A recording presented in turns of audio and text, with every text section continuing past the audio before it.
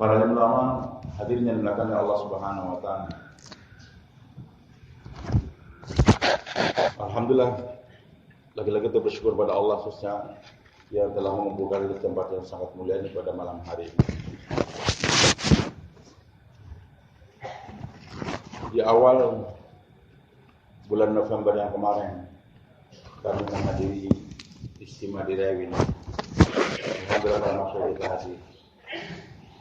Orang tua kita Syekh Abdul Wahab yang telah mencapai umur 96 tahun dalam catatan, dalam keadaan hidup. Alhamdulillah kami dari Syura Indonesia dan juga yang lainnya sempat silaturahmi ke kamar beliau. 10 orang masuk kita. Diingatkan oleh khadim beliau Maulana Fahim. Beliau katakan alhamdulillah Syekh Abdul Wahab sampai sekarang beliau tidak pikun. Walaupun sudah umur 96 tahun. Beliau kalau jumpa masih ingat sebulan. Ingatan beliau masih bagus. Cuman fisik yang sangat lemah. Berbeda seperti apa dikatakan oleh orang, Syekh Abdul Wahab sekarang sudah pikun, pakai pampers dan begitu. Bahkan khadim beliau santri saya sendiri. Saya tanya, pernahkah Syekh Abdul Wahab pikun sampai pakai pampers sholat? Tidak pernah.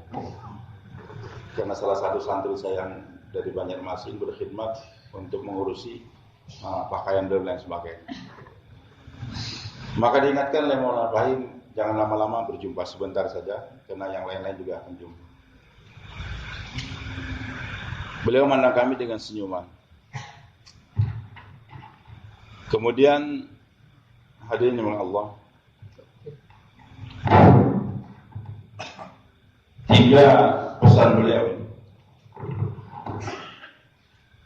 Yang pertama beliau katakan, hendaklah kalian bersyukur menjadi umat Nabi Muhammad sallallahu alaihi wasallam. Yang kedua, tanamkan rasa tanggung jawab sebagai umat Nabi Muhammad sallallahu alaihi wasallam. Kemudian yang ketiga, siapapun yang kamu jumpai, tanamkan rasa tanggung jawab tersebut kepada mereka. Jadi 3 ini Pak, perkara penting yang beliau pesankan di akhir kehidupan beliau kepada kita. Jadi yang pertama, hendaklah kalian bersyukur menjadi umat Nabi Muhammad sallallahu alaihi wasallam. Ini umat aneh Pak. Tidak ada umat yang dipuji lebih daripada umat Nabi Muhammad sallallahu alaihi wasallam.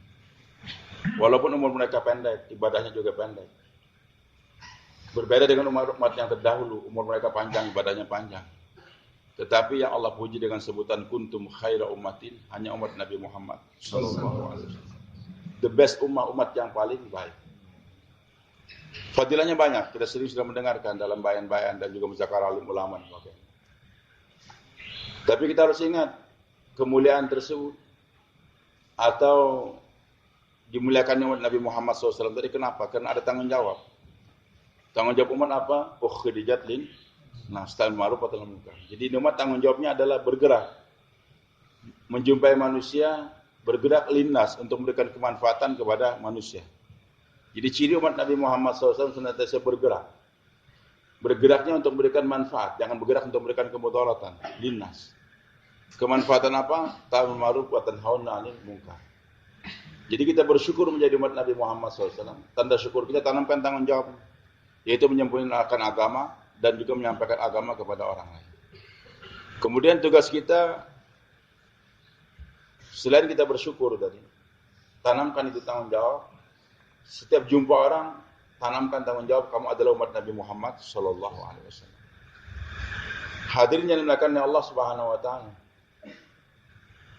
Maulana Ibrahim damat barakatuh dalam bayan beliau juga mengatakan, apa yang dimaksud dengan kita bersyukur? Bersyukur atas nikmat makanan, minuman, pakaian itu memang wajar seharusnya. Dan bersyukur menjadi umat Nabi Muhammad SAW yang harus menyempurnakan agama dan menyampaikan agama. Jadi agama ini kita kerjakan, untuk perintah Allah kita kerjakan dengan rasa syukur. Nabi SAW sholat tahajudnya panjang. Apalagi musim dingin, malamnya panjang. Sampai kaki beliau bengkak. Aisyah radhiyallahu anha kasihan melihat Nabi SAW kakinya bengkak dan bertanya, kenapa engkau kerjakan yang demikian ya Rasulullah? Padahal sudah diampunkan dosa yang dosa akan datang. Jadi dosa Nabi telah diampunkan ya Allah, yang lalu akan datang. Tapi masih ibadah saja kuat-kuat lagi, kenapa? Nabi katakan, afalu wahibbun akuna abudan syakur. Tidakkah pantas aku untuk menjadi hamba yang bersyukur? Jadi Nabi SAW sholat tahajud itu nggak merasa berat, Pak. Nah, Aisyah yang melihat kasihan. Tapi Nabinya senang. Karena mengerjakan sesuatu dengan rasa syukur. Rasa syukur. Ini Allah perintahkan saya tahajud dan saya dapat taufik tahajud, syukur, bersenang. Jadi mengerjakan amal perintah Allah dengan rasa syukur. Nabi Sulaiman alaihissalam dikasih kerajaan yang begitu hebat. Tapi tetap ibadah beliau kuat. Dan Allah katakan kepada Nabi Sulaiman alaihissalam, "I'malu ala Dauda syukran." Beramallah wahai keluarga Daud, wahai Sulaiman alaihissalam, banyak-banyak beramal. Syukran, tanda syukur pada Allah. Jadi mengerjakan segala perintah Allah dengan rasa syukur. Tiba waktu sholat, azan berkumandang, senang, gembira. Itu berarti mengerjakan sholat dengan rasa syukur. Azan, aduh, azan lagi. Jadi baru sholat.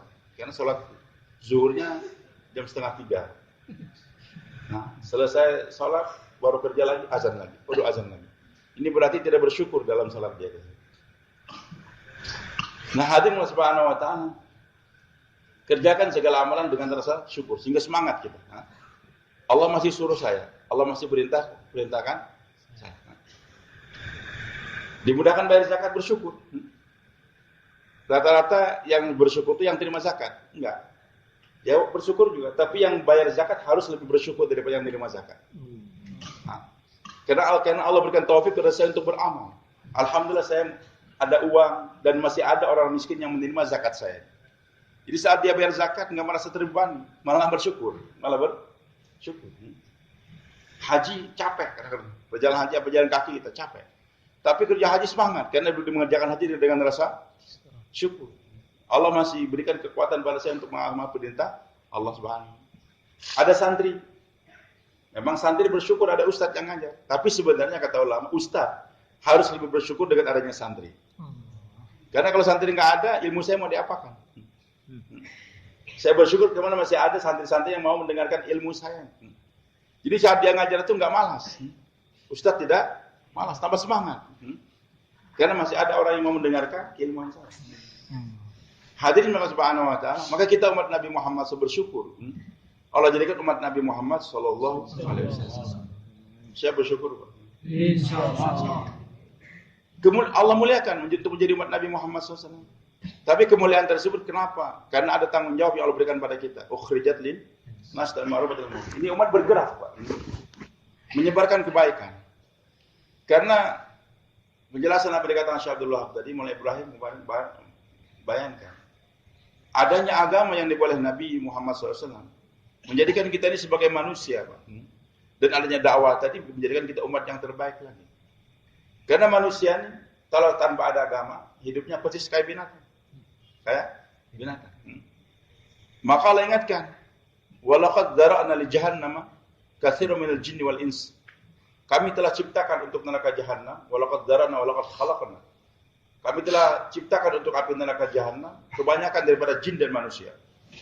Jin masuk neraka, manusia masuk neraka. Kenapa? Lahum qulubun, punya hati, la yafqahuna biha, tidak digunakan untuk berpikir. Walahum ayun, la yubsirun, punya mata tapi tidak digunakan untuk melihat kebesaran Allah. Walahum adhanun, la yasma'una biha, mereka punya telinga juga. Manusia punya telinga, binatang juga punya telinga. Tapi sayang, telinganya tidak digunakan untuk mau mendengar. Ulaika kal an'am, mereka lah persis seperti binatang ternak. Balhum adall, bahkan lebih jahat dari binatang ternak lagi. Ulaikumul ghafilun, mereka orang yang lalai. Maka hadirin yang Allah, beliau katakan, mulai amatlah juga bayangkan. Manusia ini ada 4, Pak. Yang pertama tadi seperti binatang peternak. Binatang ternak. Pikirnya makan, minum, kawin tidak. Yang penting saya tiap hari dapat makanan, minuman, nanti kawin. Pelampiasan harus saya kawinnya nikah atau tidak, enggak tahu. Makan yang penting makan. Halal atau haram yang penting saya bisa makan. Jadi kalau sudah terpenuhi nafsu makan, nafsu seks dia tadi sudah cukup. Nah, itu binatang ternak.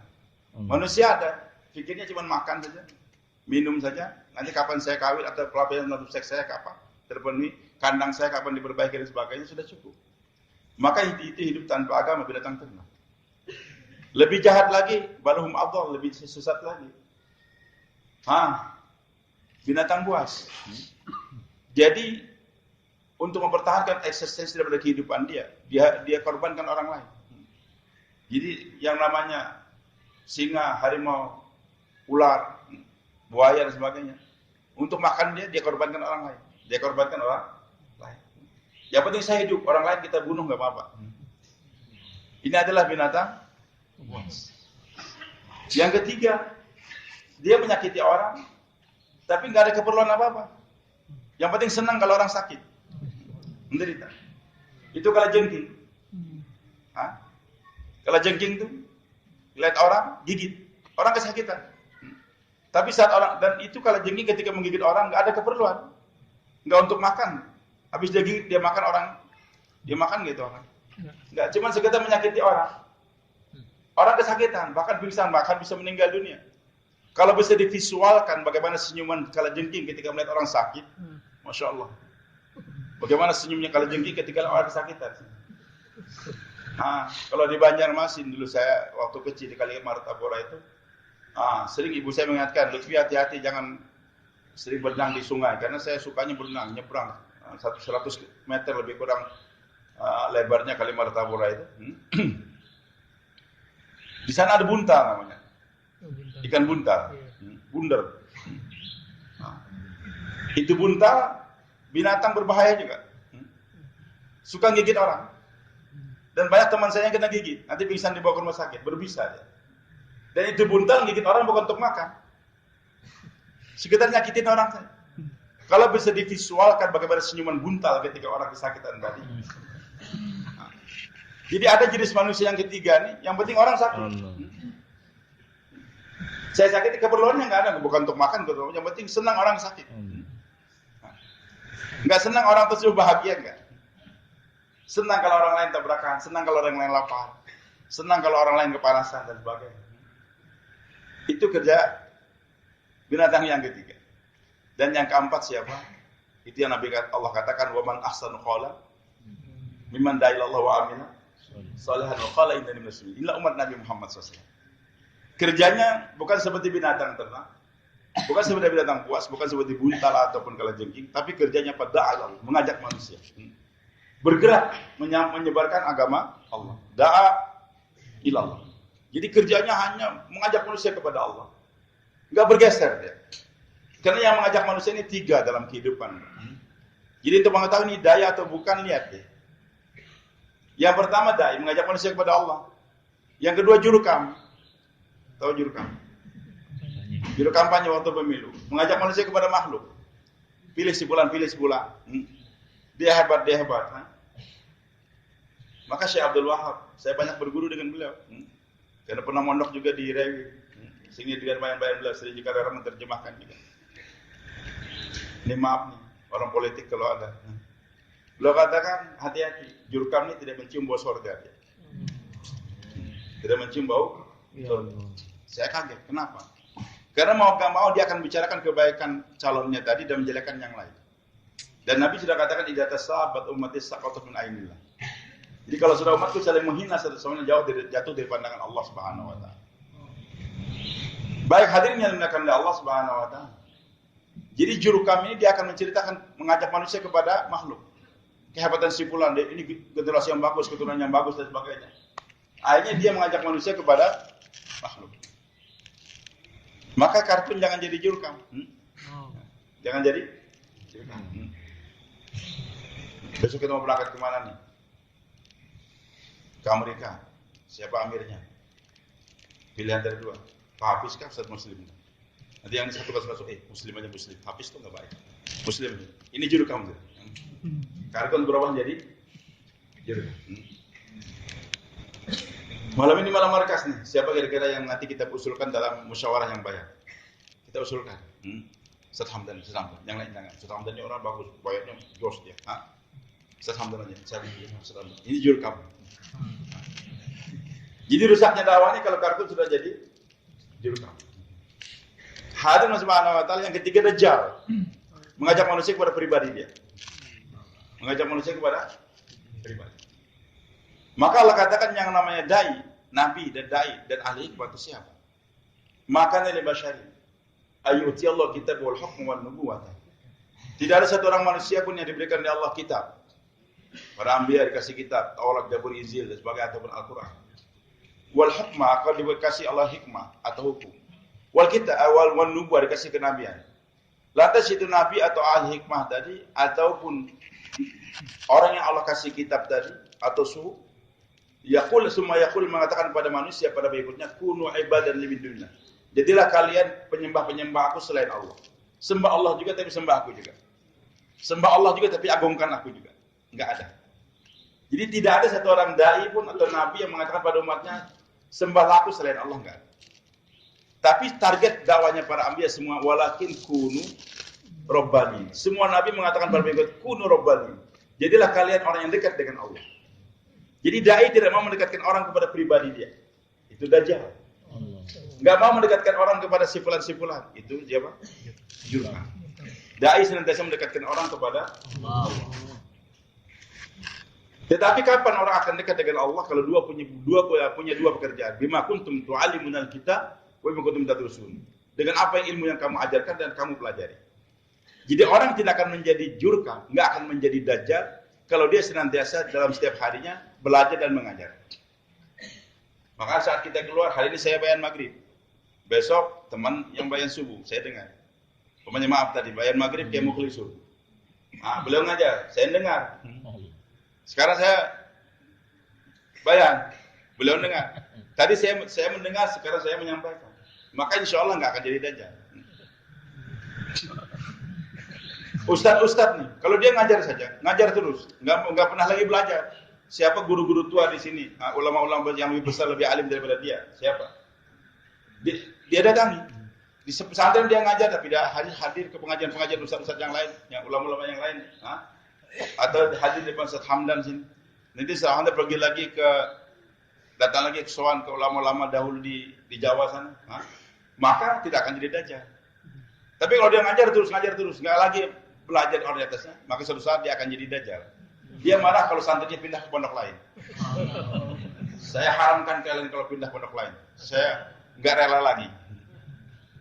Karena dia merasa hanya saya yang bisa jadi guru. Begitu pula santri. Wali santri katakan, Ustaz, ini saya titipkan anak saya untuk belajar saya, Ustaz. Tolong jangan disuruh ngajar dia. Nanti kalau sudah selesai baru ngajar. Enggak bisa, Pak. Dia belajar pagi, tapi ada satu waktu, 1 jam saya minta untuk mengajar adik kelasnya. Karena kalau dia belajar dan belajar terus, dia akan jadi jurkam. Di pesantren dia ada 10 ustaz. Nanti dia akan promosikan kehebatan 2 orang ustaz, yang lain dia hinakan. Karena dia hanya mau belajar. Tapi kalau dia juga punya tanggung jawab untuk mengajar, insya Allah dia tidak akan menjadi jurkam, nggak akan menjadi dajjal. Bersedia teman-teman. Hadirin yang dimuliakan oleh Allah Subhanahu Wa Taala. Maka ini umat bukan binatang ternak, bukan binatang buas, bukan buntal kepala jengking, tapi adalah manusia yang taat bergerak. Mengajak manusia kepada Allah, bukan berbuat baik saja jadi pelopor kebaikan. Tapi sambil dia mengajak, dia mampu membuktikan wa amila sholat. Muazin memadakan azan, tapi dia buktikan setelah azan dia sholat.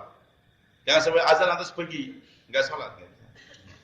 Nabi mengajak umat kepada kebaikan, tapi beliau buktikan juga dengan amanah. Nabi suruh umat sholat, tapi Nabi katakan shollu kama ra'aitumuni usolli. Sholatlah kalian sebagaimana kalian melihat aku sholat. Jadi Nabi itu dilihat sholatnya oleh para sahabat. Nabi suruh umat sholat tahajud, tapi beliau juga tahajud sampai bengkak kakinya. Nabi perintahkan umat untuk pergi haji, tapi Nabi juga haji. Nabi katakan khudhu anni mana sikakum, ambil manasik haji dari aku. Nabi katakan kepada para sahabat radhiyallahu anhu, khairukum li ahli wa ana khairukum li ahli. Sebaik-baik kalian adalah orang yang paling baik kepada anak dan istrinya, dan aku orang yang paling baik pada anak dan istriku. Nabi berujar, tapi Nabi juga beramal. Bagaimana Nabi SAW selain waktu juga di luar, ada waktu untuk di rumah juga.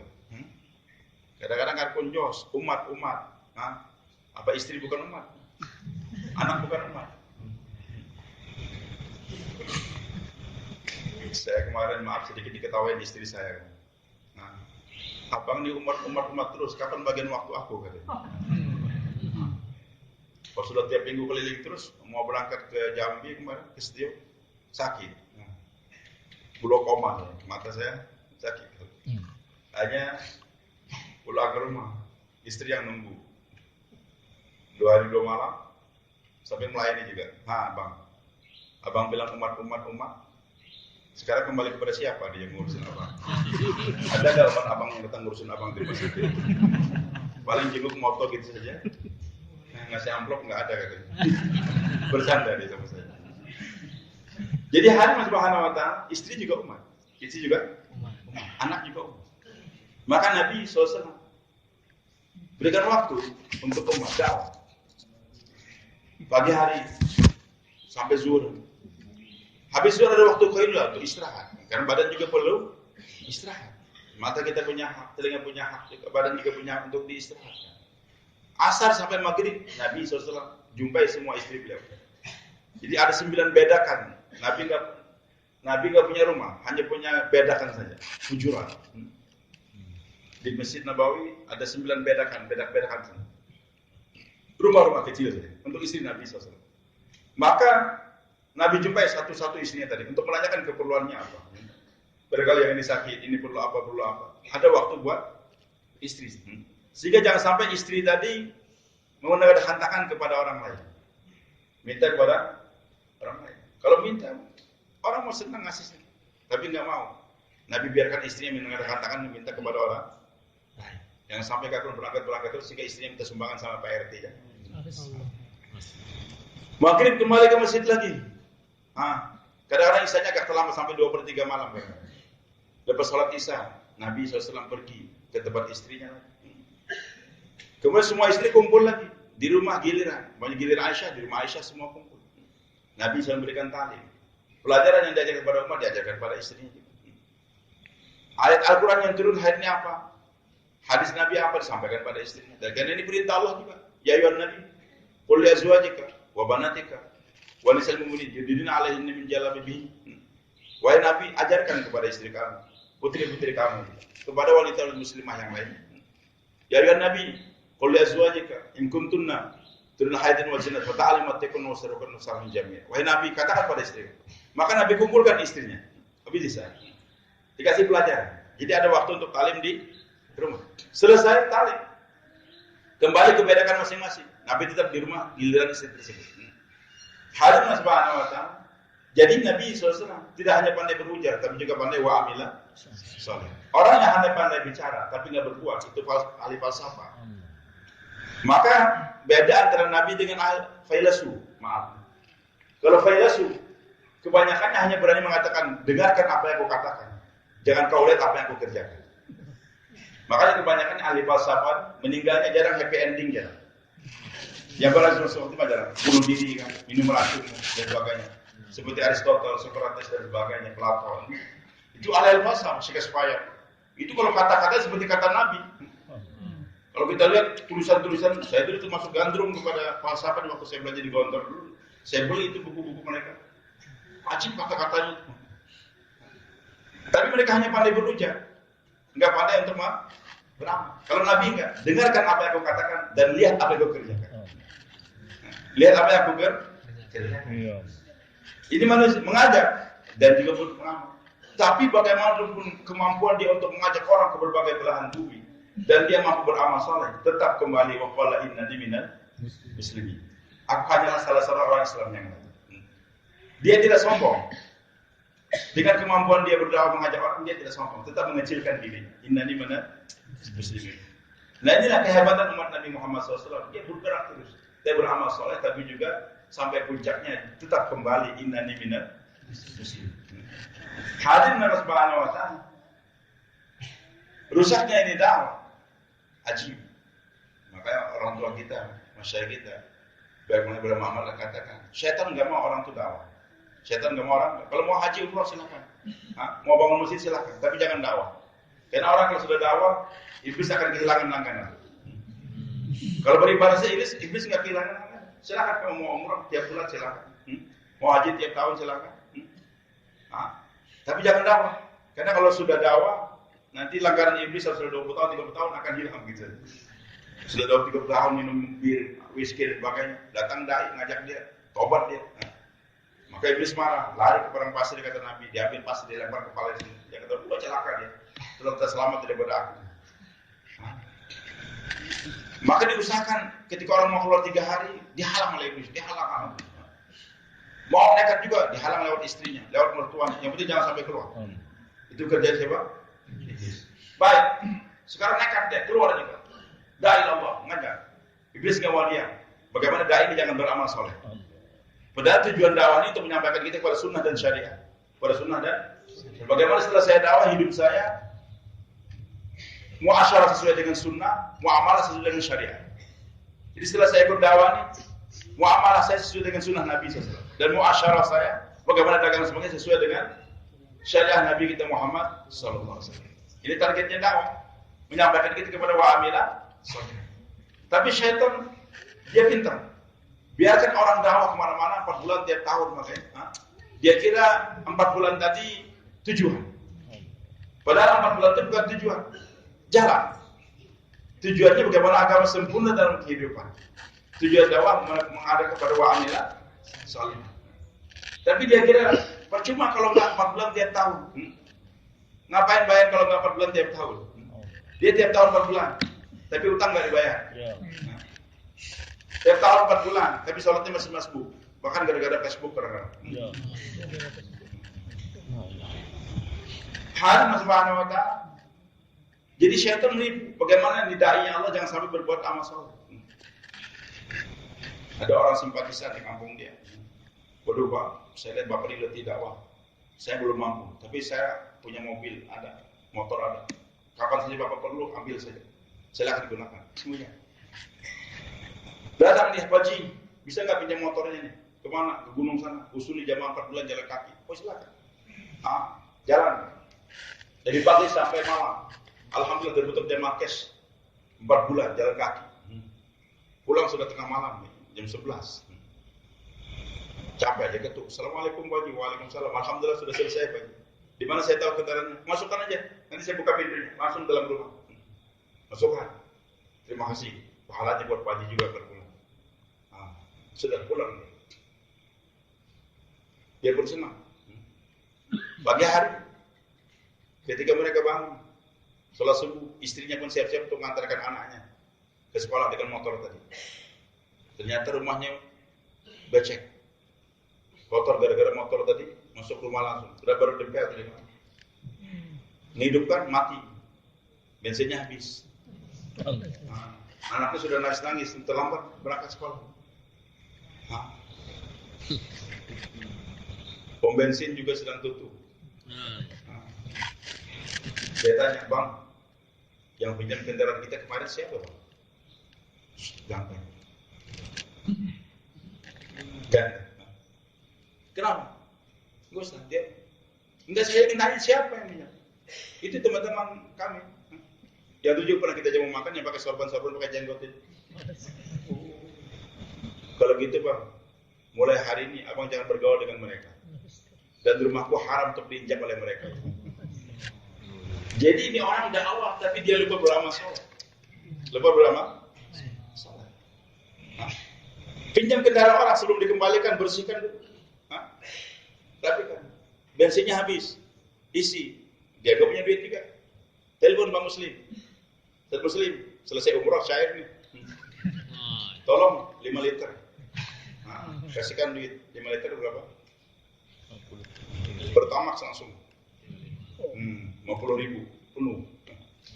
Gitu kan? Kembalikan. Terima kasih Pak Haji, alhamdulillah. Pagi hari istrinya lihat kendaraannya kok bersih betul. Bensinnya full. Kemarin cuma 3 liter. Bang, siapa yang pinjam kendaraan kita kemarin? Waktu karbon SA. Ikut arahan. Satu arah. Suruh alam. Jadi senang. Wa amilah. Buktikan. Kita berdakwah tapi juga beramal. Salah. Semakin hari orang semakin cinta kepada kafir. Hadirnya Allah Subhanahu wa taala. Jadi jangan lupa dakwah, amil soleh. Sekarang Masya Allah, dia sudah dakwah dan mampu beramal soleh. Haji, umroh sudah dia kerjakan. Anaknya sudah banyak yang hafal Quran, Masya Allah. Sudah lengkap, istrinya juga Masya Allah. Syaitan nggak mau diam. Bagaimana dai yang sudah dakwah ini beramal soleh jangan sampai kepada yang ketiga.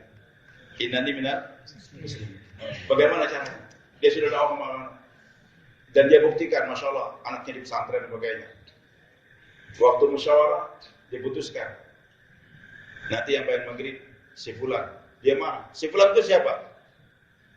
Dia kan belum pernah IPB. Kenapa dia yang bayar, bukan saya yang bayar? Pak, kami sudah musyawarah tadi Pak. Jamaah 3 hari akan dipimpin oleh si Fulan. Siapa itu dia? Jamaah 3 hari dipimpin oleh dia. Berani melangkahi mayat saya. Udah, dihancurkan. Maka Syekh Abdul Wahab katakan 2 tahun yang lalu, 2017 ketika saya tahun 2017 yang lalu. Ini masa yang paling berat beliau katakan. Sekarang ini masa paling. Kenapa masa paling berat? Karena masa penapisan. Dalam Islam itu senantiasa pejuang-pejuang itu ditapis di Allah. Masa penapisan. Dan gak akan menang umat Islam pada orang kafir tanpa ada penapisan. Lima hisallahu alladziina amanu wa yamhaqul kafirin. Allah ingin tapis dulu orang beriman baru dimenangkan orang pada orang kafir. Jadi nggak mungkin umat Islam langsung dimenangkan begitu saja, nggak bisa. Harus ditapis dulu, ditapis. Nah maka kita doa ya Allah jangan kau tapis kami ya Allah. Bagaimana supaya jangan ditapis Pak? Tadi, jadi penapisannya terakhir tadi gitu. Innani minal muslimin. Nabi awal mana masuk terkenal, tapi tetap. Ketika masuk Mekah tundukkan kepala beliau. Alhamdulillah, sadaqah wa nasara. Allah yang menangkan, bukan saya. Perang Badar, dibilang betul. Abu Jahal sudah mampus, dan sebagainya. Sahabat Nabi bangga betul mendapatkan kemenangan. Bahkan lihat malaikat langsung. Tapi Allah ingatkan. Falam taqtuluhum walakin Allah. Bukan kalian yang bunuh mereka. Kami yang bunuh mereka. Wahai sahabat, bukan kamu yang membunuh 70 orang, tapi kami yang bunuh. Wa ma ramaita, bukan kamu yang melempar pasir wahai Muhammad SAW, tapi kami yang melempar. Di awal peperangan, musuh banyak, Nabi ambil pasir. Nabi lemparkan syahatul wujuh. Maka dengan lemparan pasir Nabi, semua tentara kaum Quraisy jadi buta semua. Allah katakan, wa ma ramaita idh ramaita walakin Allah. Zahirnya kamu yang melempar, tapi hakikatnya apa? Allah. Bukan kamu yang bunuh, tapi kami yang bunuh. Seorang sahabat Nabi, kalau sahabat Abdullah bin Mas'ud, kecil orangnya. Menahan paman Nabi Abbas, orangnya besar. Orangnya besar, tinggi betul dia. Kalau dia berteriak suaranya sekian kilometer kedengaran. Tapi Nabi sudah ingatkan, siapa yang jumpa pamanku jangan bunuh dia. Jangan bunuh dia, tangkap saja dia. Yang nangkap dia Abdullah bin Mas'ud, kecil orangnya. Dia bawa depan Nabi SAW. Dan karena dia yang lawan nanti semua apa yang di kekayaannya Abbas tadi milik Abdul Mas'ud. Saya tangkap dia, kata Abbas, ya Rasulullah, bukan dia yang nangkap saya. Ada orangnya gede. Saya nangkap dia ya Rasulullah. Nabi katakan diam kamu. Malaikat yang nangkap Abbas diserahkan ke tangannya Abdul Mas'ud. Jangan bangga bisa nangkap Abbas, orangnya besar. Saya ini walaupun kecil tapi saya bisa tangkap Abbas. Bukan. Malaikat yang nangkap diserahkan ke tangan kami. Falam taqtuluhum walakin Allah. Jadi kita nafikan diri kita. Hadirnya dengan Allah Subhanahu wa taala. Maka setiap saat innani minal muslimin. Kamu datang karena dari desa, orang Badui. Sudah mendengar bagaimana kehebatan Nabi. Datang masuk ke dalam masjid, mencari mana namanya Muhammad. Perhatikan, kok nggak ada bedanya. Kalau ke versi kaum kan kelihatan rajanya dulu. Capek dia mencari mana Rasulullah. Hanya dia teriak, "Man minkum Abdul Muthalib?" Siapa di antara kamu anaknya Abdul Muthalib? Haum, ya saya. Maksud haum mengimbangi suaranya. Kalau tahu, ya kulo, diketawain. Nabi apaan? Karena tanya dengan keras, dijawab dengan keras juga. Oh kalau gitu hebat nih orang. Jadi dia katakan, baik, saya akan tanya kepada kamu, jangan tersinggung kamu. Duduk dengan keras, tapi akhirnya dia masih bisa. Jadi masih penampilan sama di depan para sahabat. Innani minal muslimin. Nah kapan kita akan ditapis oleh Allah Subhanahu wa taala tadi? Memang kadang-kadang yang namanya busi itu sombong. Busi, kita punya motor ada businya kan. Dia katakan motor ini nggak bisa jalan tanpa saya. Dan betul ketika busi dilepas motornya mogok. Ya, betul, nggak salah. Tapi busi nggak sadar. Kamu tuh berharga karena diletakkan di kendaraan. Kalau diletakkan di dinding, berapa kau punya harga? Jadi jangan bangga. Bukan kendaraan hebat karena busi, enggak. Busi itu berharga karena diletakkan di kendaraan. Saya ini hebat karena saya letakkan di medan dakwah. Bukan dakwah hebat karena saya, bukan. Dakwah itu hebat karena di Kubang, bukan. Kubang ini akan hebat kalau ada dakwah.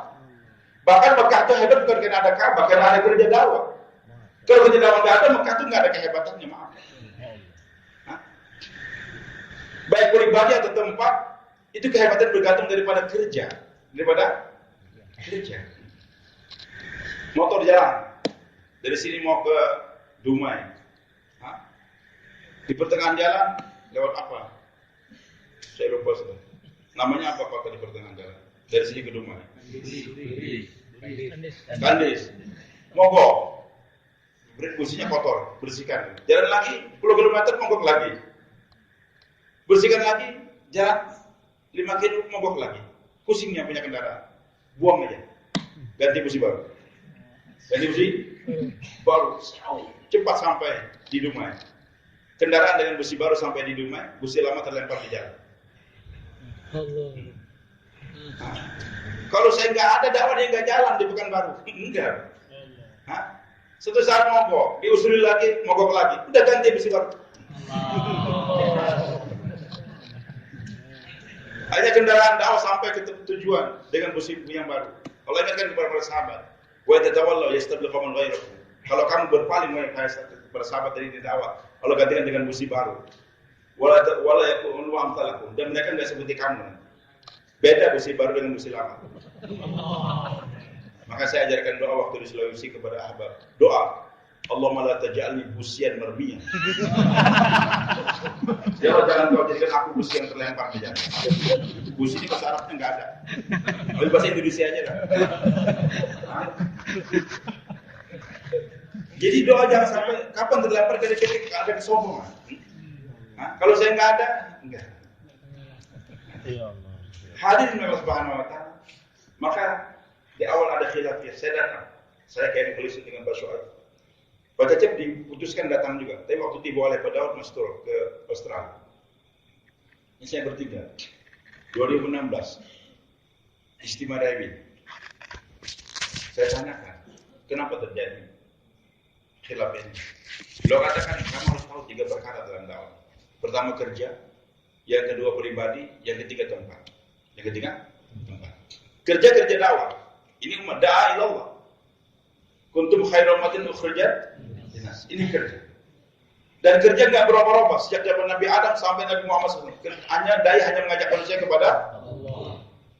Kalau pribadi berganti-ganti.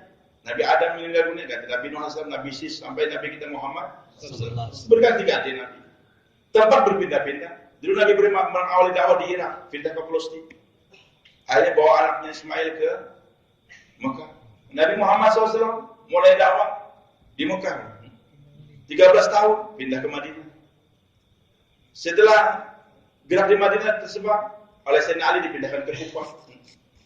Muawiyah pindahkan lagi ke Damaskus. Pindah-pindah terus sampai ke Turki mana-mana, sampai akhirnya ke India, Pakistan, Bangladesh kan. Tapi IPB pun berkali-kali melampau dan saya paling sering menerjemahkan bayan beliau. Beliau ingatkan India, Pakistan, Bangladesh, Nizamuddin, Kakrel dan juga Daewit, ini bukan markas selamanya. Ini markas sementara. Markas sementara. Salah kalau kita katakan, Daewit sampai hari kiamat, salah. Menantang hadis Nabi kok. Pokoknya Nizamuddin sampai hari kiamat, salah. Kakrel sampai hari kiamat, salah. Kubang sampai hari kiamat, tidak. Jangan sampai hari kiamat Madinah Munawwarah. Mudah-mudahan Allah hajikan atau umrahkan Bapak-bapak. Amin. Nanti kita akan ziarah ke Raudhah, ke Masjid Nabawi. Amin. Di gerbangnya Raudhah tertulis hadis Nabi SAW. Kalau mungkin nunggu lama umrah, buka Google silakan Bapak. Lihat Masjid Nabawi, tulis Raudhah di mana. Tertulis hadis Nabi SAW. Innal iman la ya'ruzu aw la ya'rizu ila al-Madinati kama tarzul hayatul juhriyah. Ini iman akan kembali ke Madinah sebagaimana kembalinya ular ke sarangnya. Saya punya teman waktu belajar di Gondor dulu, namanya Guru Nadi Hasan. Cina masuk Islam dari Bangka dia. Akrab dengan saya. Ayahnya penangkap ular di Bangka. Dia katakan menangkap ular itu mainan ayah saya. Dan mudah sekali. Ular kemanapun dia bergerak nanti akan kembali ke sarangnya. Dan kembali dari jalan yang sama. Makanya ketika ular pergi, pasang pelangkap di tempat tersebut. Akan lewat ke tempat yang sama.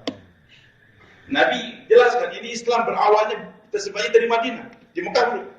Kemana-mana. Hanya pindah-pindah markas, tapi akan kembali ke Madinah.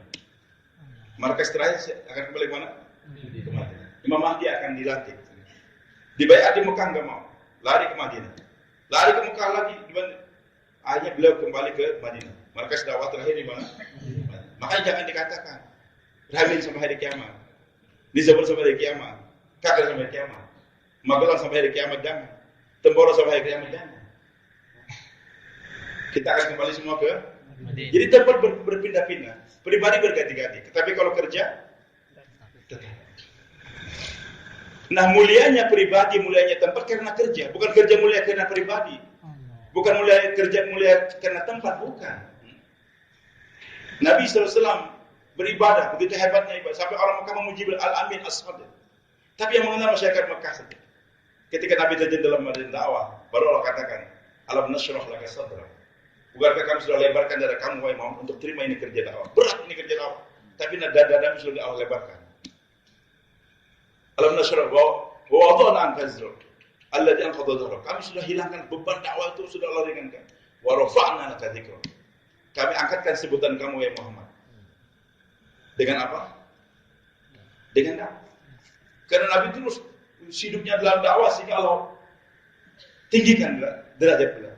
Para sahabat Nabi kebanyakannya preman. Masih banyak memang orang yang baik. Abu Bakar, Ali, radhiyallahu anhu enggak pernah nyebut berhala. Tapi kebanyakannya para sahabat Nabi sebelum dakwah kiriman mereka siapa? Minum mabuk. Masyarakat Madinah dan orang Ansor tiap hari tawuran. Aus dan Khazraj kelahi terus. Tapi setelah terjun dalam medan dakwah, masyarakat yang ngobrol Allah katakan kata kuntum khaira. Kuntum khairu umatin, ini siapa? Ini ayat turun bukan di tengah para santri, bukan. Bukan di tengahnya para aulia, bukan. Turun di tengah-tengah para sahabat yang tanya background mereka begitu. Tapi ketika mereka terjun dalam medan dakwah, Allah muliakan mereka. Jadi mulianya pribadi karena kerja. Bukan kerja mulia karena pribadi, bukan. Kalau saya nggak ada kerja di mati, enggak. Kamu silakan mati, silakan berhenti. Allah akan ganti dengan yang lain. Tapi saya punya untung kalau saya terjun dalam medan tempat. Dimuliakan itu tempat karena apa? Karena kerja. Kenapa maka dimuliakan? Karena ada kerja dakwah. Maka semua nabi kerja. Nabi SAW, mabin nabi illa hajjah. Enggak ada satu orang nabi kecuali pergi haji semua. Ada yang mulai dakwahnya di Mekah ataupun nanti setelah selesai dakwah menjelang kematian beliau bawa umatnya untuk pergi haji. Jadi maka memang markas untuk menggerakkan dakwah. Tapi ketika kerja terhalang 13 tahun Nabi capek di Mekah. Abu Jahal belum menghalang terus. Habis waktu kalau tinggal di Mekah terus. Maka Allah kata Muhammad hijrah ke Madinah, tinggalkan itu Mekah. Tinggalkan. Maka Nabi tinggalkan Mekah pergi ke Madinah. Apakah karena meninggalkan Mekah itu benci kepada Ka'bah? Benci kepada Mekah? Tidak. Nabi sedih berpisah dengan Mekah. Sampai Nabi katakan ketika meninggalkan Mekah, wahai Mekah, engkau tahu negeri yang paling saya cinta itu engkau. Kalau kamu enggak mengusir aku tidak akan tinggalkan kamu. Cinta betul Nabi SAW dengan Mekah. Tapi demi menyelamatkan kerja Nabi tinggalkan. Cuma Abu Jahal jahat. Dia promosikan di dunia, awas, Muhammad sudah benci Ka'bah, benci Mekah. Kadang-kadang suara Abu Jahal terulang kembali. Masa kita meninggalkan Raiwi, meninggalkan Nizamuddin, meninggalkan Kakre. Saya tanya, kenapa kalian tinggalkan Nizamuddin? Mulai Ibrahim Muhammad lah saya tanya. Beliau katakan kami orang Nizamuddin. Kami lahir di sini. Kami yang gendong Maulana Sa'ad dan sebagainya. Kami dibina oleh Syekh Yusuf di Nizamuddin. Tapi kenapa kamu tinggalkan Nizamuddin? Untuk menjaga kerja. Menjaga kerja. Karena manhaj sudah banyak berubah. Manhaj sudah banyak. Sebagaimana Nabi sedih meninggalkan Mekah, Madinah, Mekah. Kami sangat sedih ketika meninggalkan Nizamudi. Kita sana air mata mereka. Kami lahir di sini. Tapi kenapa kami tinggalkan Nizamudi? Bukan karena benci Nizamudi. Bukan benci Ustaz, tapi untuk menjaga kerja. Supaya kerja jangan berubah. Yang kita besarkan hanya siapa? Allah. Beberapa kawan-kawan saya yang belajar di Rewin datang dari Malaysia, justru sampai Lutfi, kamu lupa apa sih? Bukankah orang yang ikhlas tersebut 7 turunan dijagakan oleh Allah Subhanahu Wa Taala? Beliau keturunan yang keberapa? Sebenarnya mana Qurannya, mana hadisnya? Yang mengatakan 7 turunan dijaga oleh Allah atau 10 turunan dijaga oleh Allah? Mungkin hikmah ulama, tapi yang jelas Quran berbicara. Generasi pertama Nabi Nuh alaihissalam, generasi kedua Kan'an. Apa yang melakukan keikhlasan Nabi Nuh alaihissalam?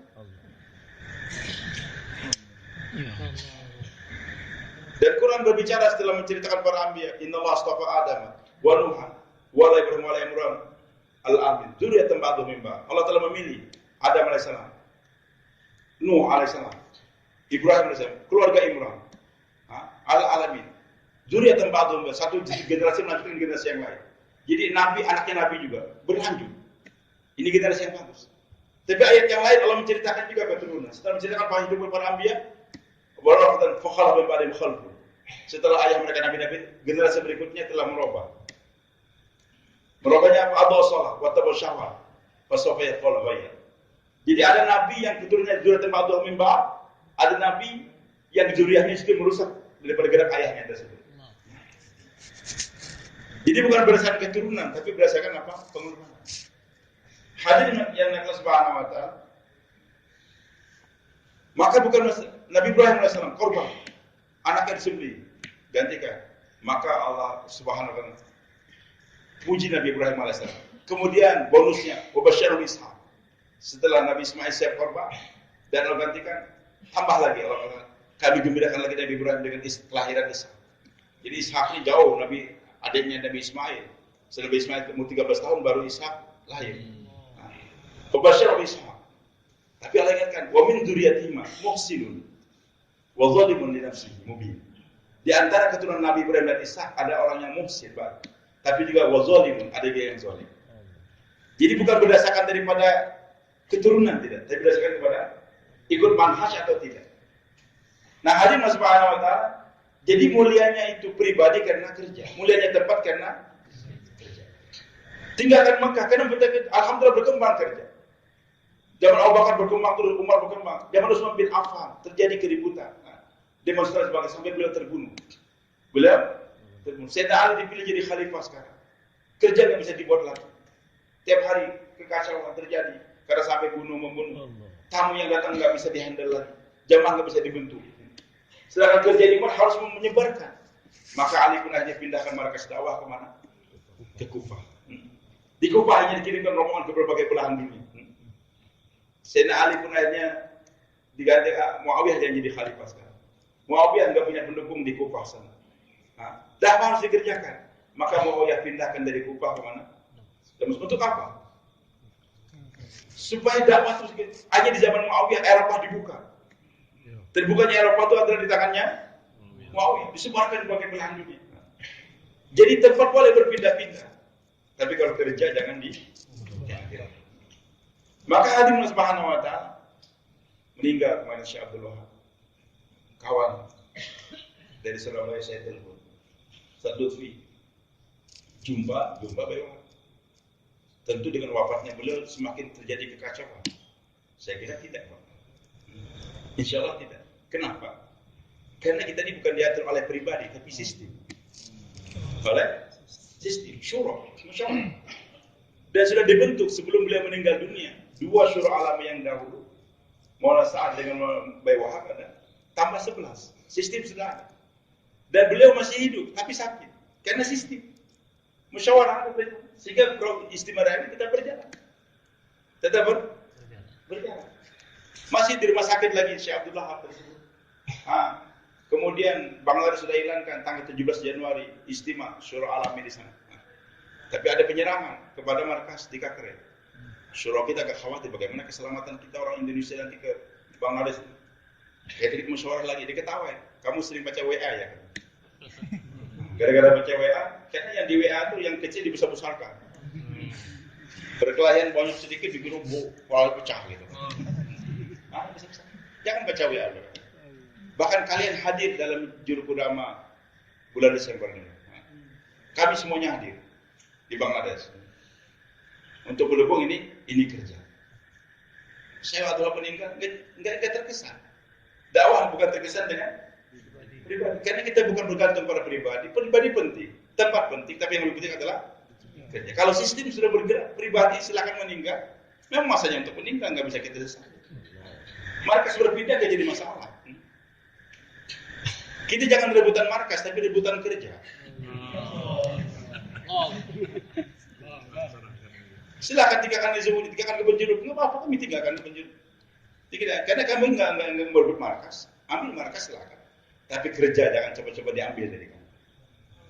Kami tidak buat dalam di bawah pohon kita bisa buat kerja juga. Kerja yang memuliakan itu apa? Kerja. Bersedia insyaallah. Maka tanamkan rasa tanggung jawab. Saya ini umat Nabi Muhammad harus buat kerja, sempurnakan agama dan bawa orang lain. Dan hadirin Allah, kelemahan kita sekarang rasa tanggung jawab tersebut kurang. Asy'ur bil mas'uliyah. Perasaan tanggung jawab itu yang lemah dalam diri kita. Kita belum merasa bertanggung jawab, belum merasa tanggung jawab untuk hadir malam markas, menghadirkan orang baru dan sebagainya, itu kurang.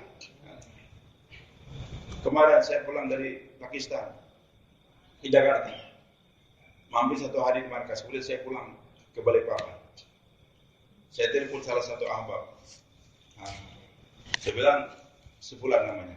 Maaf, saya nggak muka aib orang. Dan saya sudah katakan,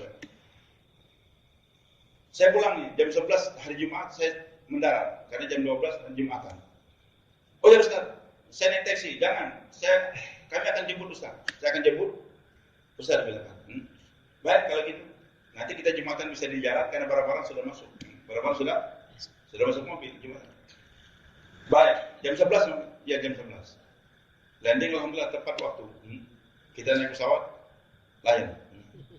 Ada hikmahnya juga dengan saya lihat kalau dulu kita naik Lion, pramugarinya kayaknya manja betul, orang juga bermain. Sekarang enggak. Kalau naik Lion zikirnya banyak sekarang. Harus zikir. Bangku depan kosong enggak berani yang bisa pindah-pindah.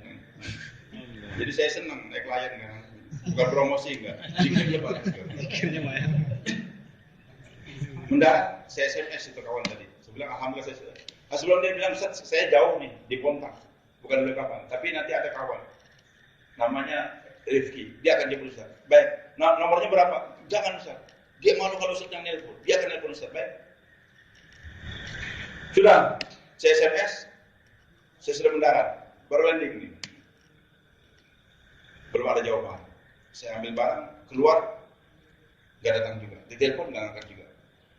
Ini sudah setengah 12. Gimana? Nah, mau Jumatan di bandara, bawa menuju masjidnya, bawa barang, troli susah juga.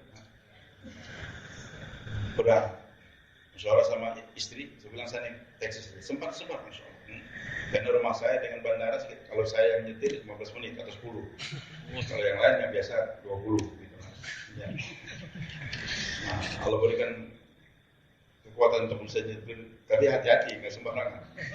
Cuma cara-caranya itu Allah berikan kepada saya, sehingga waktu kami konvoy dengan Mustaqim dulu dari Jakarta, Lampung, Palembang, alhamdulillah sampai tepat pada waktu. Karena saya jarang gunakan rem. Ayam mati, anjing mati. Jadi manusia jangan mati. Sudah saya ambil taksi. Taksinya agak pelan. Kata saya suruh ngebut cepat, berbaju jangan terlambat. Kontainer ini, Ustaz masih di bandara Ustaz? Di bandara apa? Yang sudah tengah jalan, hampir sampai di rumah. Kamu di mana? Oh Ustaz maaf Ustaz, saya tertidur Ustaz.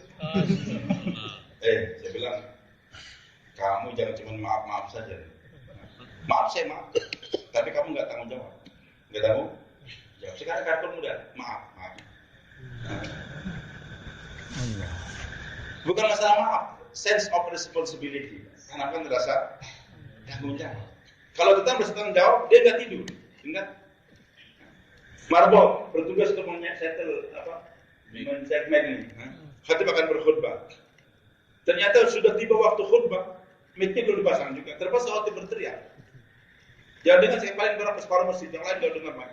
Setelah selesai Jumatan, datang maaf, Pak, saya tadi tertidur. Bukan masalah maaf saja, rasa tanggung. Salah satu ahbab kita, namanya Jailani, di Jakarta, gemuk badannya, ahli silat ya. Dia cerita sering sama saya. Dia katakan, Ustaz, saya punya pabrik penggilingan batu aku. Itu pabrik besar, digerakkan oleh sebuah genset generator. Dan yang menjaga mesin itu satu orang saya tugaskan. Namanya seperti, ya mungkin 4x4 betul-betul. Ataupun anggaplah diluaskan juga 10 kali 5 kali 10. Nanti kalau sudah tiba untuk kerja di pabrik tadi, pokoknya jam 8 sampai jam 8 malam, dia hidupkan itu musik. Kalau kita dihidup menyala semua listrik. Dan itu mesinnya berisik betul-betul. Tapi aneh itu orang. Kalau sudah mesinnya hidup, dia tidur sambil mesin. Nyenyak dia tidur. Mungkin suara ngoroknya sama dengan suara mesin. Tapi aneh, kalau sudah mesinnya mati, mungkin solarnya habis, langsung bangun dia. Ketika mesin ribut, dia tidur. Ketika mesin mati, tenang, dia malah bangun. Isi lagi solarnya, hidup lagi, tidur lagi dia. Kenapa deh? Yang membuat dia terbangun itu apa? Padahal kalau kita kan sebaliknya, kalau mesin berbunyi kita teman aja ngobrol, tenang. Ini malah dia bisa menikmati tidur dengan suara bising dan cepat-cepat hilang rasa ngantuk tadi dengan mati. Kenapa? Ada asyur bil mas'uliyah, sense of responsibility, rasa tanggung jawab. Jadi mesin tanggung jawab saya. Kalau saya nggak bangun, pabrik ini bakal bangkrut. Kira-kira kartun punya begitu? Jawab pertama mengenai, maaf Ustaz tadi saya ngurusin anak saya, maaf tadi anak bisnis. Bukan.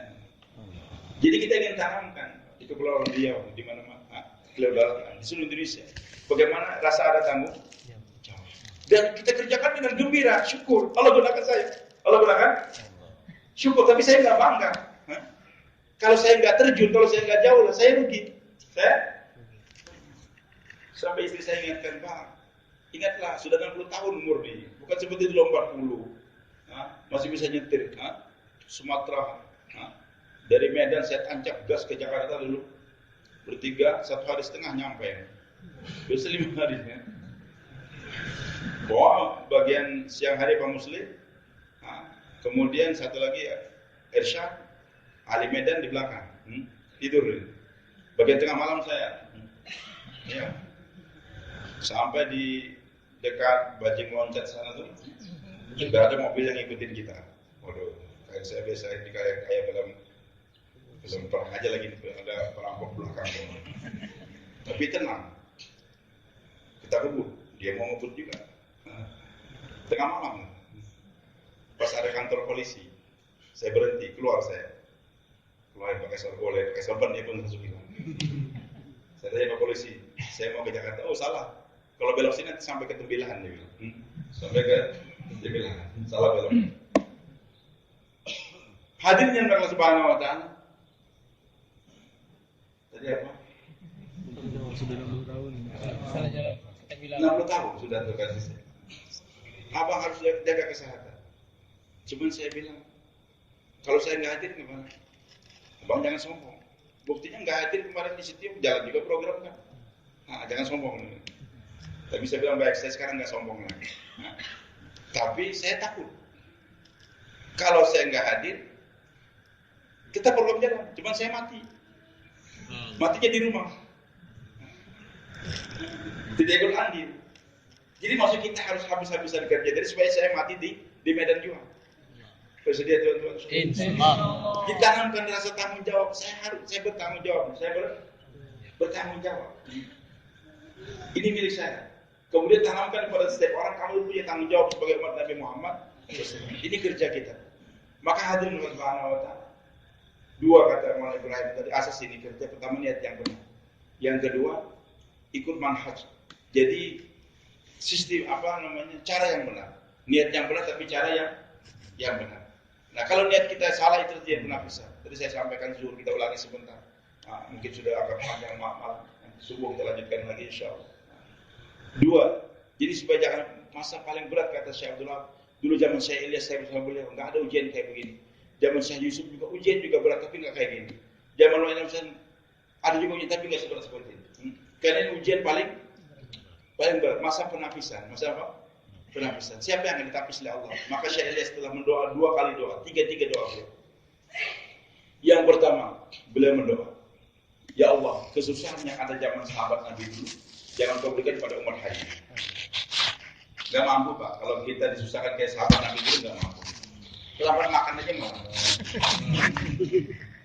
Dia sekarang masak tugas khidmat enak, orang Padang. Besok yang masak kawan dari Jawa. Nah, masaknya gak enak, kurang ajar kamu, masak apaan? Kayak udah hantu. Makan gak enak aja kita marah. Maka beliau doa, ya Allah, tolong kesusahan yang dahulu jangan kau berikan. Alhamdulillah sekarang dakwah tanpa ada kesusahan. Sedikit aja. Yang kedua, beliau doa, ya Allah, siapapun yang di hatinya ada niat untuk membawa agama kemana-mana, mudahkan dia untuk berangkat walaupun tanpa asbab yang memadai. Sekarang alhamdulillah berkat doa beliau banyak orang miskin yang berangkat kemana-mana. Sudah terbukti 2 orang petani dari Jawa Tengah dalam waktu yang berbeda naik Air Asia. Pertama kali naik pesawat ke India. Ketika naik pesawat lihat karpet merah, lepas sendalnya. Sudah jepit. Sampai di Kuala Lumpur, di sendal tuh. Tinggal di Cikarang. Tadi petani kayak gini Allah gunakan untuk berangkat. Ini berkat doa saya. Berdoa. Waktu saya masih belajar di Faisal Abad tempat Mufti Zainal Abidin, 1 tahun saya di pesantren beliau. Darul Hadis juga. Saya hadir di Jurkudama, Syekh Abdul Qayyum. Beliau bayar. Beliau katakan saya ke Amerika. Di samping saya ada Miyaji, orang tua dari Mewan. Ketika kami terbang, pesawatnya dari Pakistan ke Amerika. Itu Miyaji, orang tua dari Mewan, nangis terus. Saya tanya, Miyaji, kenapa nangis? Dia katakan saya nangis apa? Karena ingat, dulu waktu saya masih muda, Syekh Ilyas datang ke kampung kami. Itu masjid di India rata-rata kan separuh pakai atap, separuh nggak pakai atap. Jadi sistem masjid begitu. Karena maksudnya musim dingin, musim panas. Jadi kalau musim dingin, sholat subuh, maghrib, isyanya dalam masjid. Zuhur, asarnya di luar. Musim panas sebaliknya nanti. Maka musim panas, maghrib, Syekh Ilyas bayang di luar, pesawat lewat. Kata Syekh Ilyas bayar orang mewah, kalau kalian betul-betul pegang ini kerja dakwah, nanti kalian akan naik pesawat itu. Tunjukin. Kami ketawain, gila sudah. Jangan kira pesawat mobil aja kami nggak pernah. Cuma naik gerobak sapi saja. Masa naik pesawat? Tapi alhamdulillah berjalan. Sekarang saya naik pesawat. Maka saya ingat telunjuk Syekh Ilyas menunjuk pesawat itu. Itu yang buat saya menangis. Jadi berkat doa beliau banyak orang miskin katanya. Yang ketiga doa beliau nanti penapisan. Ya Allah, siapapun yang ada personal interest, kepentingan pribadi dalam hati dia, singkirkan dia. Jadi kalau ada kita melenceng niat kita, ada kepentingan tertentu dalam dakwah, Allah singkirkan. Allah singkirkan. Kemudian kami juga direwin tadi, Bayi Afsar. Kata saya ketemu Syekh Abdullah kemarin, beliau pesan. Tapi pesan-pesannya lain kepada setiap tamu yang datang. Dia kata Bayi Afsar, jamaah 1 tahun dikirim ke Saudi Arabia. Saya tidak sedalamnya. Dan beliau sertakan 2 orang ulama muda. Siapa? Ulama muda. Siapa? Lama-lamaan baru bilang, Maulana Yusuf dengan Inamul Hasan untuk khidmat. Dan mereka cerita ketika di Mekah dakwah, saya lihat di Multazam lama berjam-jam. Setelah selesai doa di Multazam, ceria wajahnya. Kami tanya, Syekh, kenapa kamu gembira sekali? Beliau katakan saya doa 3 doa dan Allah kabulkan doa saya, kata saya. Pertama saya doa, ya Allah terima ini kerja. Terima? Lama dakwah Allah terima. Yang kedua, ya Allah, siapapun yang merubah-rubah usul dakwah yang sudah saya buat ini, jangan biarkan dia maju dalam dakwah. Di dakwah yang sudah usulnya bagus tadi, usulnya bagus. Di antara usul dakwahnya kita harus dekat dengan alim ulama. Jangan menjauhin, dekati alim ulama. Jangan ada bayang-bayang kita yang menyakiti hati alim ulama, jangan siapa? Kita justru mendekat, minta nasihat. Walaupun mereka tersebut belum pernah keluar jalan Allah, masih belum pernah ikut dakwah seperti kita nih. Tapi mereka sudah ngajar di pesantren puluhan tahun dan sebagainya. Bahkan waktu saya masih muda, waktu tahun 86. Nah, pertama kali saya ke Pakistan dari Mesir. Banyak waktu orang Malaysia, Filipina, yang muda-muda banyak. Dia katakan kalian anak-anak muda nih, datang ke Rewi ini sebab apa? Apakah karena kalian muda, sehat? Dia katakan bukan. Tidak apa namanya? Mungkin kemungkinan terjadi. Kalian datang kemari karena ada doa satu orang alim. Itu lama tinggal di pojok desa. Nggak mengenal adanya dakwah, surutnya nggak kenal. Ada yang bagaimana? Tinggal di desa, nggak pernah lihat jamaah bro. Tapi dia lihat masyarakat kampung dia pada bobrok sekarang. Kalau khutbah Jumat jarang yang hadir pun tidur. Sementara anak-anak pada minum mabuk. Itu lama sedih. Ucapannya sudah nggak didengar lagi. Hanya dia bangun malam hari, doa, nangis, habis tahajud, ya Allah, keadaan masyarakat sekarang begini, ya bobrok, ya Allah. Ya Allah, saya nggak bisa berbuat apa-apa lagi ya Allah. Tapi kau marahi ya Allah, tolong sebarkan hidayah lagi ya Allah. Kasih mereka hidayah. Itu lama nangis. Dan tangisan itu lama Allah terima. Doa dengan ikhlas. Cuma untuk pengkabulan doanya ulama itu Allah gunakan kalian.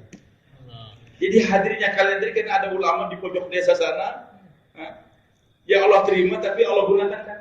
Atau bukan ulama, nenek tua kata beliau. Tinggal di desa anak cucu sekarang pada minum mabuk, ada lagi yang sholat. Itu nenek tua nangis dia. Bangun malam hari Allah, anak cucuku sekarang begini ya Allah, rusak ya Allah. Nasihatnya sudah nggak dengar lagi ya Allah. Dia nangis. Ya Allah, tolong selamatkan anak cucuku ya Allah. Maka tangisan dia tengah malam itu Allah terima. Tapi untuk pengkabulannya Allah gunakan kalian. Jadi kita jangan bangga, bukan karena mudanya saya, tapi karena adanya doa nenek atau ulama tadi. Maka kita dekati. Dulu salah seorang orang lama, kita bayang di Temboro. Kayak usiaran menggelepar kita dengan itu bayang. Bayangnya apa? Dan sering diulang-ulangi. Itu yang kita kasih. Apa bayang beliau?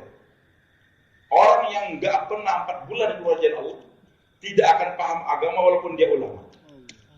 Sering kan dengan bayang ini? Kan sering sebelum kita pecah. Kan sering kata-kata dia pecah.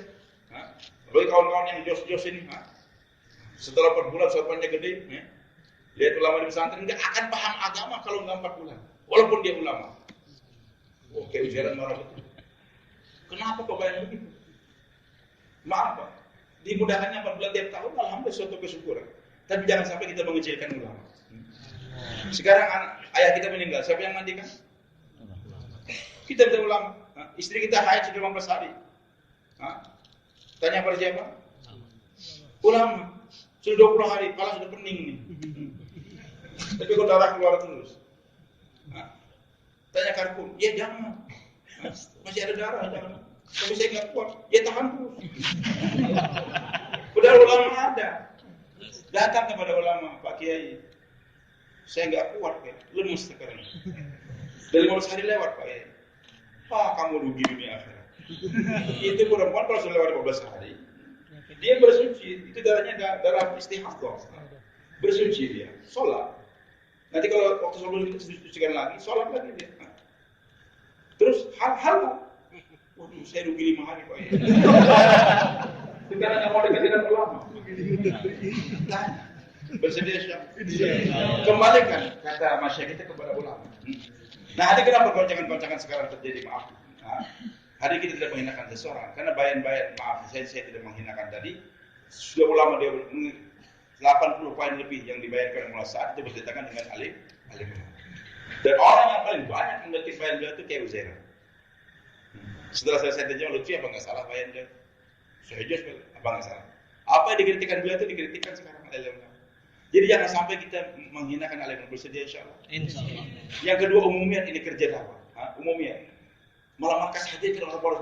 Ada kan jur-jur profesi dia ada kan jur pedagang, petani itu ada kan. Itu tidak memecah belah umat. Karena para nabi amin. Tapi tahun 2015 kami dipanggil. Kata Muasa'ab bilang, Firdausin. Malah markas hanya orang lama, orang baru dihalakkan. Dan baik-baik jangan ada jur-jur profesi ini memecah belah umat. Memecah belah umat. Padahal masyarakat kita katakan tidak. Justru untuk menggalakkan. Karena setiap nabi itu kerja dulu. Ada nabi yang kerja kepada petani saja, kaum sahabat. Ada nabi yang kerja untuk pedagang, Nabi Syuaib. Ada nabi yang kerja untuk ahli pengobatan, Nabi Isa AS. Ada nabi yang menggarap tukang sihir, Nabi Musa AS. Ada nabi yang menggarap olahragawan, Nabi Hud alaihissalam. Ada Nabi menggarap para ahli bangunan, arsitektur, kaum Samud. Masing-masing mereka kerja. Nabi Muhammad untuk semuanya, untuk semua. Maka kata Maulana Umar Palampuri, saya sering terjemahkan bayan beliau, kalau kamu hidupkan dakwah di kalangan petani, kamu akan dapat dua nur. Nur Nabi yang dikirim kepada kaum sahabat dan nur Nabi Muhammad SAW telah menggarap petani di Madinah. Kamu datangi para pedagang, kunjungi, datang ke toko mereka, dakwahin. Kamu akan dapat dua nur. Nur Nabi Syuaib AS dan nur Nabi Muhammad SAW telah menggarap pedagang-pedagang. Ahli-ahli pengobatan, dakwahin mereka. Kamu akan dapat dua nur. Nur Nabi Isa AS dan nur Nabi Muhammad SAW mengajak juga ahli pengobatan. Dokter dia ajak mereka. Kumpulkan tukang santet. Adakan juru tukang sihir. Dia pernah belum? Kumpulkan. Saya siap datang. Kumpulkan mereka, tapi jangan di masjid. Nanti dipukulin orang. Di rumah Pak Hafiz boleh. Di rumahnya Abdullah boleh. Ada cair di sana, alhamdulillah travel saya jalan bagus. Ada duit nih 5 juta, potong kambing 5 ekor. Undang mereka tukang santet dikumpulin. Bayangkan. Maka Anda akan dapat dua nur. Nur Nabi Musa AS dan nur Nabi kita Muhammad. Kapan mengadakan juru tukang santet? Maaf. Ada kan? Jadi dapat dua nur. Harus Subhanahu wa ta'ala yang paling banyak menggalakkan juru-juru ini ada Keuser. Di Temboro dulu. Semarang. Maka kita semangat. Minggu ini juru petani. Minggu depan nanti juru pedagang. Minggu depan lagi juru muazzin. Nanti beliau juru imam. Iya. Maka saya yakin kalau beliau masih hidup, beliau dipastikan SA. Jadi ini umumnya, kerja umumnya. Ada kan? Biasa beberapa tahun terakhir ini, kalau sudah selesai istimewa Rewin, yang kedua, masih pulang. Tapi tahun ini saya tahu, masih pulang hari Rabu. Kalau gitu saya Rabu juga pulang. Tapi setelah saya doa, hilang mereka semua. Ternyata pergi ke Rawalpindi. Ada juru di Rawalpindi. Mengulangi lagi apa yang dikerjakan oleh Maulana Yusuf dengan Maulana Inam Hasan. Jadi kalau sudah istimewa Rewin selesai, mereka pergi sekarang ke kampung. Bahkan dulu ada juru pegawai kereta api. Jadi masyarakat charter kereta api dari Peshawar sampai ke Karachi selama. Jarak hampir 2000 km. Nanti di Peshawar ditentukan kita akan kumpulkan pegawai kereta api pada jam ini. Yang ikut ke Karachi silakan. Beli tiket sendirian. Sudah charter. Kumpulin di Peshawar tadi pegawai kereta api, kasih bayar. Selesai taskil, makan. Kereta api jalan. Sampai nanti di tempat namanya Sarboda, kan. Sudah kumpulkan lagi pegawai kereta api sana. Nanti bayar lagi. Doa, taskil, kasih makan. Selesai. Sampai lagi nanti di laut. Sekian hari sampai di Karachi. Bisa begitu. Sehingga banyak pegawai kereta api hadir yang Allah Subhanahu wa ta'ala. Ternyata mereka mengulangi begitu sekarang. Jadi kerja-kerja yang dahulu jangan sampai kita hidupkan lagi. Presiden hadirkan orang baru sebagai orang markas. Ada kan juru-juru profesi tadi? Presiden tapi juru untuk waria jangan. Untuk waria jangan. Becong-becong jangan. Itu viral itu. Karena tidak semua orang bisa menggarap gitu. Harus orang yang betul-betul punya pengalaman. Jangan sampai kita ahamkan begitu, mungkin 2-3 orang saja. Di tempat kami ada yang pakar kayak gitu. Saya sering nusrah dia. Tali. Ada 11 orang. Waktu zuhur hilang. 3 orang. Saya tanya Abdul Rahim. Kok tadi 11 nih kenapa 8? Dia bisa. Kenapa? Sholatnya pakai mukena. Di balik tabir. Baik, saya tunggu sampai maghrib. Asar lengkap 11. Tapi mandi masih pakai sarung sampai ke dada. Tapi sudah 3 hari alhamdulillah salonnya tutup berbagai. Gitu. Tapi tidak semua orang bisa begitu. Maka nggak usah kita adakan juri-juri itu, nggak usah. Yang lain saja. Bersedia insyaallah. Jadi hari Subhanahu wa ta'ala. Tadi kita bersyukur jadi umat Nabi Muhammad SAW. Kita kerja dengan sungguh, tapi kita tanamkan tanggung jawab. Dan jumpai setiap orang tanamkan rasa tanggung jawab. Jadi mulianya kita ini mulianya tempat bukan karena pribadi, tapi adalah kerja. Kalau kita buat kerja Allah muliakan. Kita nggak buat kerja, Allah ganti dengan yang lain. Mudah-mudahan kita jangan dijadikan busian mermia, busian terlempar di jalan. Insyaallah. Siap berangkat ke negara jauh? Insyaallah. kepada 3 keputusan masyarakat yang kita tanyakan. Pertama, istimewa Bangladesh hadir atau enggak? Hadir. Ada istimewa Bangladesh. Walaupun surat tadi dihadirkan dulu Jurkudaman. Kemudian negara jauh terkalahkan, tapi utamakan dalam negeri, khususnya Jakarta, hidupkan Jakarta. Kalau Jakarta hidup, nanti yang lain bantu Jakarta, bantu Jakarta. Lemahnya di seluruh Indonesia ini kan lemahnya Jakarta, maka kuatkan Jakarta. Kemudian yang ketiga Jurkudama yang tadi kita niatkan tanggal bulan April setelah mulai presiden, tapi kita sudah dekat ke Ramadan, maka kita tunda. Jadi tanggal 30 Mei sampai 14 Juli, 5 kawasan. Termasuk di Sumatera 1 kawasan. Mudah-mudahan di tempat ini Allah pilih lagi insyaallah. Amin ya Allah. Kemudian nanti di Kalimantan, di Sulawesi, dan juga di Lombok. Kemudian di Jawa. 5 kawasan kita akan keliling. Dan terakhir nanti di Jakarta, insyaallah mulai berapa Ahmad akan hadir. Itu bulan Juni akan datang. Maka kita persiapkan mulai sekarang. Bersedia insyaallah. Insyaallah. Siapa yang belum daftar ke negara jauh? Silakan berdiri yang siap untuk berangkat ke negara jauh. Diri mana? Daftarkan silakan. Silakan berdiri.